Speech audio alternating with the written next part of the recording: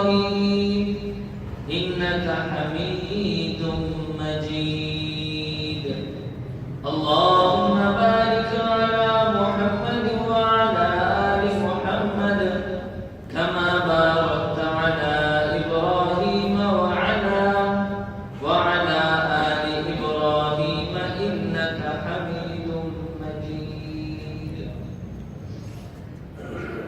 میرے محترم بزرگوں، میرے دوستوں، میرے بھائیوں، یہ انسان کی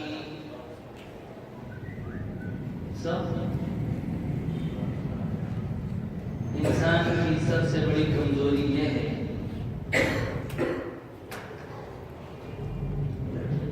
کہ انسان حالات کا بڑا اثر لیتا ہے. جب کوئی بھی حالت اس کے سامنے ہو وہ اس کا اثر فوری طور پر قبول کر لیتا ہے. انسان کی مثال بچوں کی طرح ہے. جس طریقے سے بچہ اثر کو قبول کرتا ہے، اس کے اوپر جو حالت آتی ہے اسے وہ قبول کر لیتا ہے، انسان کی مثال بھی بالکل اسی طرح ہے. بچے موسم بدلنے سے بیمار ہو جاتے ہیں.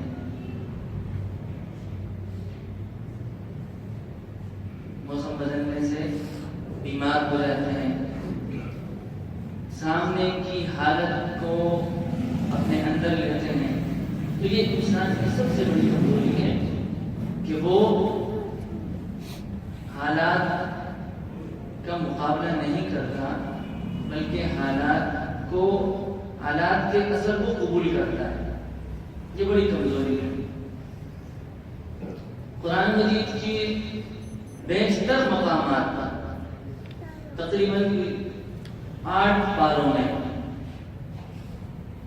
ہمیں اللہ رب العزت نے جو احکامات دیے ہیں، ان احکامات میں اللہ رب العزت نے دنیا کے متعلق ہمیں بتلایا ہے کہ یہ دنیا یہ فانی دنیا ہے. اس دنیا کی زندگی کو اپنا معیار نہیں بنانا ہے. جیسے بچہ ہوتا ہے، بچہ اس دنیا کی زندگی کو کھیل کود میں لگاتا ہے، کھلونوں کے ساتھ کھیل لیا، اپنے لیے سائیکل خرید لی اور طرح طرح کے کھلونوں کے ساتھ وہ مشغول رہتا ہے، اپنی زندگی گزارتا ہے. جیسے بچہ طرح طرح کے کھلونوں کے ساتھ مشغول رہتا ہے، اپنی زندگی بس گزار رہا ہوتا ہے. تو اللہ رب العزت ہمیں یہ بتلا رہے ہیں کہ تم نے ان کھلونوں میں مشغول نہیں رہنا. قرآن مجید کے بیشتر مقامات پر یہ بات بتلائی گئی ہے کہ آپ نے دنیاوی زندگیوں میں پڑھنا نہیں ہے، بلکہ حضرت عبداللہ ابن عمر کی روایت کن فی الدنیا کأنک غریب او عابر سبیل کہ آپ نے دنیا کے اندر اس طرح رہنا ہے. حضرت عبداللہ ابن عمر رضی اللہ تعالیٰ عنہ باقاعدہ اس حدیث کو بیان کرتے ہوئے یہ ارشاد فرماتے ہیں کہ سرکار دو عالم صلی اللہ علیہ وآلہ وسلم جب یہ بات جس وقت بتلا رہے تھے تو اس وقت میرے دونوں مونڈوں کو اپنی طرف متوجہ کیا، میرے دونوں مونڈوں کو پکڑا اور پکڑنے کے بعد مجھے مکمل طور پر اپنی طرف متوجہ کیا کہ میں مکمل سرکار دو عالم صلی اللہ علیہ وآلہ وسلم کی طرف متوجہ ہو جاؤں. اور جب میں نے اپنی ساری توجہ سرکار دو عالم صلی اللہ علیہ وآلہ وسلم کی طرف کی، سرکار دو عالم صلی اللہ علیہ وآلہ وسلم نے ارشاد فرمایا کن فی الدنیا کأنک غریب او عابر سبیل کہ دنیا میں اس طریقے سے رہنا ہے کہ جس طریقے سے ایک مسافر رہتا ہے، یا سفر پہ جانے والا کسی جگہ پر پڑاؤ ڈالتا ہے. تو مسافر اور سفر پہ جانے والا، جیسے ہم کہیں پر سفر کر رہے ہوں اور ہم اسٹاف پر کھڑے ہوں تو اسٹاف پر جو بھی حالت ہوگی ہم اسے برداشت کریں گے اور اپنے اگلے آنے والی جو منزل ہے اس کی تیاریوں میں مشغول ہوں گے. ایسا ہی ہے. ہم اگر کسی ریلوے اسٹیشن پر ہوں اور ٹرین کا انتظار کر رہے ہوں، جتنی دیر ہم ٹھہریں گے اگلے آنے والا جو سفر ہے ہم اس کی تیاریوں میں مشغول ہوں گے. اگر ہمارا سفر دور کا ہے، ہم ایئرپورٹ پہ لاؤنج میں ہم انتظار کر رہے ہیں اپنی اگلی فلائٹ کا، تو وہاں پر جب ہم انتظار کریں گے تو ہم اگلے جو ہمارا جو سفر ہے اس کی تیاریوں میں مشغول ہوں گے. ایسا نہیں ہوگا. ہم میں سے کوئی بڑا بیوقوف ہوگا کہ جو وہاں پر اسٹاف پر کھڑے ہوئے یا اسٹیشن پر انتظار کرتے ہوئے یا ایئرپورٹ کے لاؤنج میں بیٹھے ہوئے وہاں پر بیٹھے بیٹھے اپنی تیاریوں میں مشغول ہوں کہ بھائی یہاں پر مجھے یہ سکون مل جائے، مجھے یہ سکون مل جائے، مجھے یہ سکون. مختصر سا ٹائم ہوتا ہے، اس مختصر سے ٹائم میں وہ کیا کرتا ہے؟ اپنے اگلے منزل جو اگلا سفر ہوتا ہے اس کی تیاریوں میں مشغول ہوتا ہے. بڑی زبردست بات سرکار دو عالم صلی اللہ علیہ وآلہ وسلم نے بتلا کر ہماری ساری ٹینشنیں دور کر دی. کہا کہ آپ نے اپنی جو معیاری زندگی، اپنے اسٹیٹس جو بنانا ہے وہ اس چیز کو نہیں بنانا کہ دنیا کے اندر ہم رہیں تو دنیا میں ہمیں یہ سکون ملے، یہ سکون ملے، یہ راحت ملے. سرکار دو عالم صلی اللہ علیہ وآلہ وسلم صحابہ کرام رضوان اللہ علیہ اجمعین کے ہمراہ تشریف لے جا رہے ہیں. راستے میں دیکھا ایک بکری مردار پڑی، اس کے دونوں کان کھڑے ہوئے ہیں، مردار ہے، مری ہوئی، دونوں کان بھی کڑے ہوئے ہیں، مری ہوئی پڑی ہے اور بدبو پھیلی ہوئی ہے. اب ہمارے ہاں اس طرح کا ہو جائے تو ہم اپنی ناک کو بند کرتے ہوئے وہاں سے گزرتے چلے جائیں گے اور جتنا جلدی ہو سکے گا وہاں سے گزرتے ہوئے چلے جائیں گے. اور بعض لوگ وہاں تھوک بھی لیں گے، بعض لوگ وہاں پر تھوک بھی لیں گے. سرکار دو عالم صلی اللہ علیہ وآلہ وسلم وہاں پر کھڑے ہوئے اور صحابہ کرام رضوان اللہ علیہ اجمعین کو وہاں پر جمع فرمایا اور جمع فرمانے کے بعد ارشاد فرمانے لگے کہ تم میں سے کون ہے جو اس بکری کو 1 درہم میں خریدے گا؟ صحابہ کرام رضوان اللہ علیہ اجمعین، یا رسول اللہ اس مردار بکری کو 1 درہم میں کون خریدے گا؟ یہ تو کسی کام کی نہیں. اگر کوئی ہمیں یہ مفت میں بھی دے دے تو ہم اسے استعمال میں نہیں لیں گے، اس لیے کہ تو مردار ہے، اس سے بدبو اٹھ رہی ہے. تو سرکار دو عالم صلی اللہ علیہ وآلہ وسلم ارشاد فرماتے ہیں کہ دیکھو دنیا کی مثال اللہ رب العزت کے ہاں بالکل اس مردار بکری کی طرح ہے.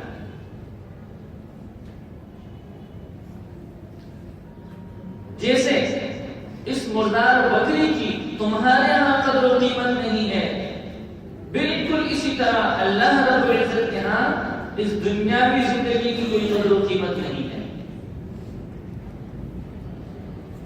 آج ہم نے اپنا معیار زندگی دنیا کو بنا لیا. جس کے پاس اچھی گاڑی آ گئی اس کو ہم نے بڑا خوش قسمت مان لیا. جس کے پاس خوبصورت بہترین بنگلہ آ گیا اسے ہم نے بڑا بہترین، بڑا خوش قسمت مان لیا کہ بھئی یہ تو بڑا خوش قسمت ہے، اس کے پاس بنگلہ ہے، اس کے پاس گاڑی ہے، اس کا بینک بیلنس جو ہے وہ پاکستان میں بھی اس کا اکاؤنٹ ہے اور فورن میں بھی اس کا اکاؤنٹ ہے. بھئی اس کا تو سٹیٹس اتنا بڑا ہے کہ دوہری شہریت، اس کے پاس پاکستان کی شہریت بھی موجود ہے اور اس کے پاس انگلینڈ کی شہریت بھی موجود ہے. یہ بڑا خوش قسمت آدمی ہے. اس کے پاس یہاں کی نیشنلٹی بھی موجود ہے، یورپ کی نیشنلٹی بھی موجود ہے. بڑا خوش آدمی ہے, بڑا بینک بیلنس ہے, سوئس اکاؤنٹ اس کے بڑے بڑے کیا دنیاوی زندگی, کیا کارڈ وارڈ سے رہتا ہے.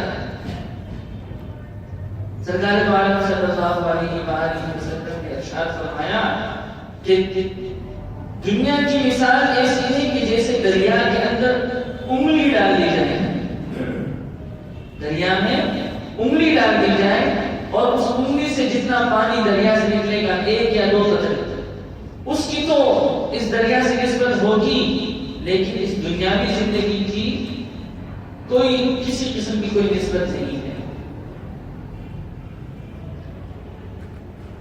اگر دنیاوی زندگی ہی معیار ہوتا, دنیاوی زندگی ہی اسٹیٹس ہوتا, دنیاوی زندگی ہی ہمارے لیے سب کچھ ہوتا, تو میرے محترم بزرگوں صحابہ کرام رضوان اللہ علیہم اجمعین وہ دنیاوی زندگیوں کو اپناتے ہیں. انہوں نے دنیاوی زندگی سے فائدہ اٹھایا ہے, دنیاوی زندگی کو استعمال میں لایا ہے, دنیاوی زندگی میں رہتے ہوئے, دنیا کے اندر رہتے ہوئے انہوں نے آخرت کی تیاریاں کی ہیں. اس مال و دولت سے انہوں نے آخرت کو کمایا ہے, اس بینک بیلنس سے انہوں نے آخرت کو کمایا ہے. ہمارے لیے ایک سبق لے گئے کہ یہ دنیاوی زندگی جو ہے اس سے فائدہ حاصل کرنا ہے, اس کو اپنا سب کچھ نہیں بنانا, اس سے فائدہ حاصل کرنا ہے, اس سے اپنا سب کچھ نہیں بنانا. اور فائدہ ہمیں تب ہی حاصل ہوگا کہ جب ہم یہ دنیاوی زندگی کو استعمال میں لاتے ہوئے آخرت کی تیاریاں کریں. مال ہوگا اللہ کے راستے میں دیں گے, فراوانیاں ہوگی لوگوں کے کام آئیں گے, عزت ملے گی لوگوں کو عزت دیں گے. آج ہمارے ہاں کسی کو اگر عزت مل جائے تو وہ غریبوں کو دھتکارتا ہے, غریبوں کو اپنے پاؤں کے نیچے مسلتا ہے. میرے محترم بزرگوں, ہمارا جو معیار ہے وہ ہمارا معیار دنیاوی زندگی نہیں ہے, ہمارا معیار آخرت والی زندگی ہے کہ ہم نے اپنی آخرت کے لیے کیا کچھ کیا ہے. کل قیامت کے دن یا پھر قبر میں ہم سے اس کے متعلق سوال نہیں ہوگا کہ تم نے دنیا کے اندر گھر کیسے بنایا, تم نے دنیا کے اندر کاروبار کیسے کیا. میرے محترم بزرگوں, کل ہم سے سوال اس چیز کا ہوگا کہ تمہیں جو میں نے مال دیا تھا اسے کہاں کہاں خرچ کیا. اور یہ اس مال کے متعلق سوال ہوگا جو مال حلال طریقے سے کمایا ہوا ہوگا, جو مال حلال طریقے سے کمایا ہوا ہوگا. اللہ رب العزت اس مال کے متعلق سوال کریں گے کہ تمہیں میں نے مال دیا تھا, تمہیں میں نے دنیاوی زندگی دی تھی, تمہیں میں نے مختلف چیزیں دی تھی, تم اسے کس طریقے سے استعمال کرتے رہے, دنیاوی زندگی سے تم نے کیا فائدہ حاصل کیا, مال جو تم نے کمایا تھا اللہ کے کس کس راستے میں خرچ کیا, اس کے متعلق سوال ہوگا. میرے بھائی, جو مال حلال طریقے سے کمایا جائے اس کے متعلق تو سوال ہوگا ہی نہیں, اس کے متعلق تو فیصلہ ہو چکا ہے. حرام کا ایک لقمہ 40 دن کی عبادت کے اوپر اثر ڈالتا ہے, ایک لقمہ. آج ہم اپنی دنیاوی زندگی کو بنانے کے لیے, دنیا کے سٹیٹس کو بنانے کے لیے, اپنی معاشرہ دنیا کے اندر اپنا نام بنانے کے لیے ہم حرام پہ حرام, حرام پہ حرام, حرام پہ حرام کرتے چلے جا رہے ہیں, اور ہمارے دل میں ذرا برابر بھی اس کا کوئی اثر نہیں ہوتا کہ یار یہ کام میں غلط کر رہا ہوں, اس کا اللہ مجھے عذاب دے گا. اگر کوئی قرض مانگنے والا آ رہا ہے تو اسے سود پر قرض دیا جا رہا ہے, اگر کوئی کاروبار کر رہا ہے تو وہ سودی لین دین کر رہا ہے,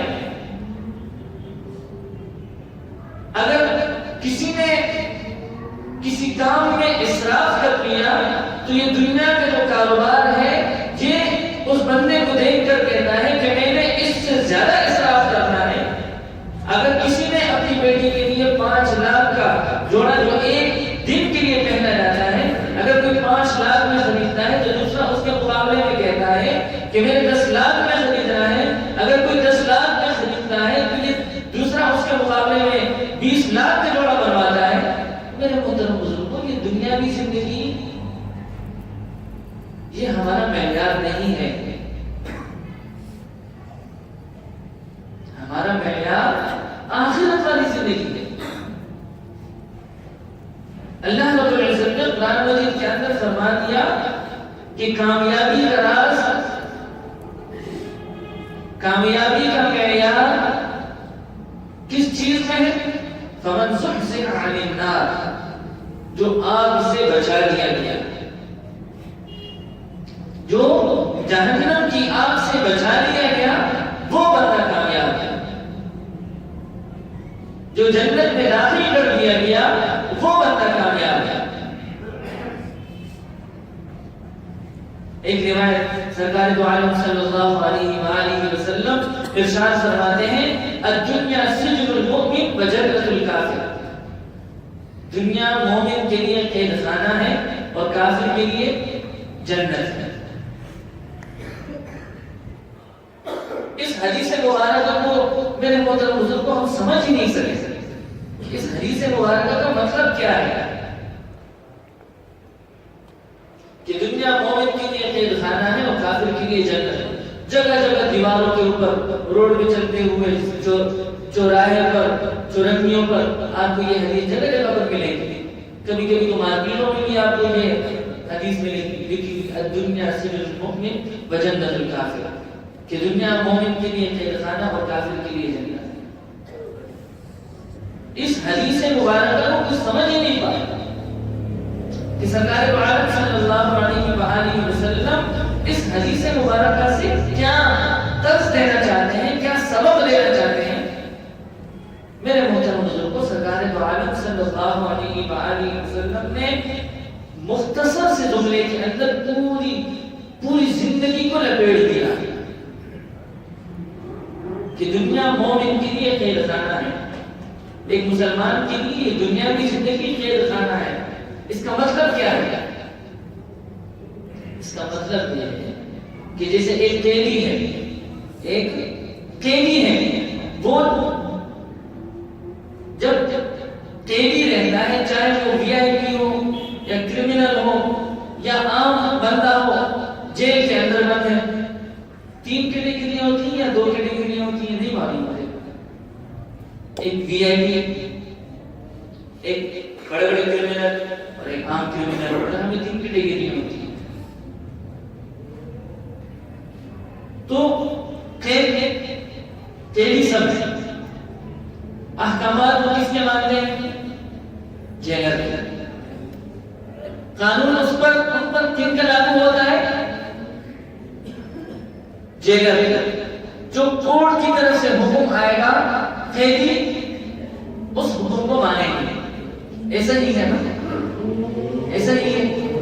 یا اپنی منمانی کر رہے ہوتے ہیں کہ بھئی ہم نے صبح 9 بجے جیل سے باہر نکلنا ہے اور ہم نے گھوم پھر کر واپس رات کو 10 بجے آ جانا ہے، ہم نے باہر کمانا ہے، کاروبار کرنا ہے اور رات کو جیل میں جا کے آنا کرنا ہے۔ اس طرح ہوتا ہے۔ وی آئی پی ہو، قید کے اندر سب برابر ہے، البتہ اپنی اپنی کیٹیگری ہے۔ کوئی کس کیٹیگری میں ہے، کوئی کرمنل ہے، کوئی بڑا کرمنل ہے، کوئی چھوٹا کرمنل ہے، کسی کے اوپر صرف الزام ہے تو کوئی مجرم ہے۔ احکامات ان پر کن کا لاگو ہوتا ہے؟ جیلر کا۔ تو میرے محترم بزرگوں، الدنیا سجن المؤمن، دنیا مسلمان کے لیے قید خانہ ہے۔ تو یہاں پر جو ہم زندگی گزار رہے ہیں، ہمارے اوپر احکامات اللہ رب العزت کے لاگو ہوتے ہیں۔ ہم نے اپنی مرضی کی زندگی نہیں گزاری، ہم نے اللہ کی مرضی کے مطابق زندگی گزاری ہے۔ وجنت الکافر، کافر کے لیے جنت ہے۔ بتلا دیا کہ جس طریقے سے سرکار دو عالم صلی اللہ علیہ وآلہ وسلم نے ارشاد فرمایا کہ جنت کے اندر جب مسلمان سب پہنچ جائیں گے تو اس کے دل میں جو خواہش پیدا ہوگی وہ ہو جائے گا، وہ ہو جائے گا۔ میرے محترم بزرگوں، ایک حدیث کا مفہوم ہے کہ اگر سرکار دو عالم صلی اللہ علیہ وآلہ وسلم ارشاد فرماتے ہیں کہ اگر اللہ رب العزت کے ہاں دنیا کی کوئی قدر و قیمت ہوتی تو کہتے ہیں کہ کافروں کو ایک گھونٹ پانی کا نہیں دیا جاتا، کافروں کو ایک گھونٹ پانی کا نہیں دیا جاتا، لیکن چونکہ اللہ رب العزت کے ہاں اس دنیا کی کوئی قدر و قیمت نہیں ہے، اس وجہ سے کافر بھی زندگی گزار رہا ہے، مسلمان بھی زندگی گزار رہا ہے۔ تو میرے محترم بزرگوں، احکامات ہم پر کس کے لاگو ہوتے ہیں؟ اللہ رب العزت، اللہ رب العزت کے احکامات کو ہم مانیں گے تبھی ہماری جو آنے والی جو زندگی ہے، آنے والی وہ ہماری کامیابی سے گزرے۔ ایک آخری مثال دے کر اپنی بات ختم کرتا ہوں۔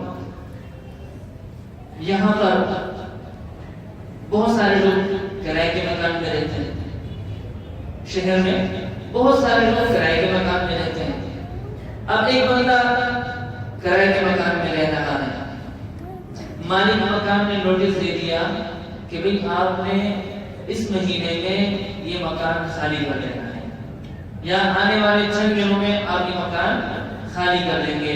تو میرے محترم بزرگوں، یہ بتائیے کہ کوئی ایسا بندہ ہوگا کہ جو اس مکان جس کا نوٹس اسے مل چکا ہے کہ یہ مکان میں نے آنے والے دنوں میں خالی کرنا ہے، اس مکان کے لیے کوئی اچھا سا فرنیچر لے آؤں،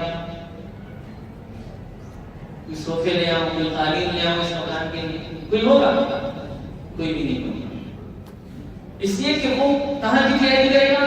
جو اس کا اگلا ٹھکانا ہے، اپنا گھر تعمیر کر رہا ہے، اس کا سارا فوکس اسی پر ہوگا، یا اگر وہ اپنا دوسرا ٹھکانا ڈھونڈ رہا ہے تو جو چیزیں وہ اب خریدے گا وہ اس مکان کے لیے خریدے گا، اس ٹھکانے کے لیے خریدے گا، جس ٹھکانے میں یہ رہا اس ٹھکانے کے لیے کچھ بھی نہیں کرے گا۔